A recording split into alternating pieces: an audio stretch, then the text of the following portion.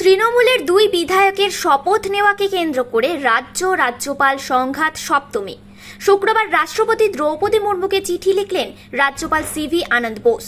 বিধানসভার স্পিকার দুই নবনির্বাচিত তৃণমূল বিধায়ক সায়ন্তিকা বন্দ্যোপাধ্যায় এবং রেয়াত হোসেনকে শপথ বাক্য পাঠ করানো অসাংবিধানিক বলে দাবি করেন।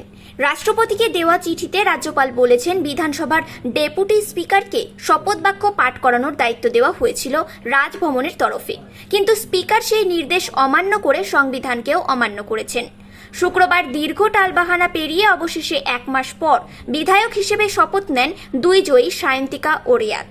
প্রথমে ঠিক হয়েছিল রাজ্যপালের নির্দেশ অনুযায়ী ডেপুটি স্পিকার শপথ নেওয়াবেন, পরে অবশ্য ডেপুটি স্পিকার নন, খোদ স্পিকার বিমান বন্দ্যোপাধ্যায় দুই জয়ী প্রার্থীকে শপথ গ্রহণ করান। এর ফলে অচলাবস্থা কাটল ঠিকই, কিন্তু বিতর্ক পিছু ছাড়ল না।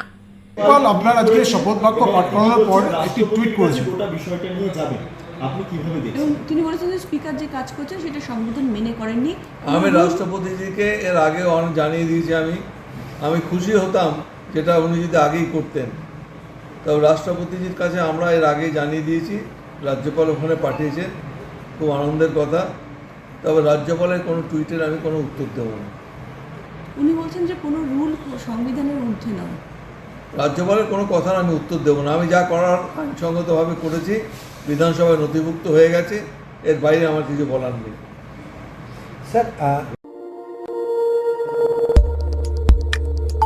আমাদের সাথে থাকুন এবং দেখতে থাকুন নিউজ প্রাইম টাইমস, আপনাদের সাথে আপনাদের পাশে।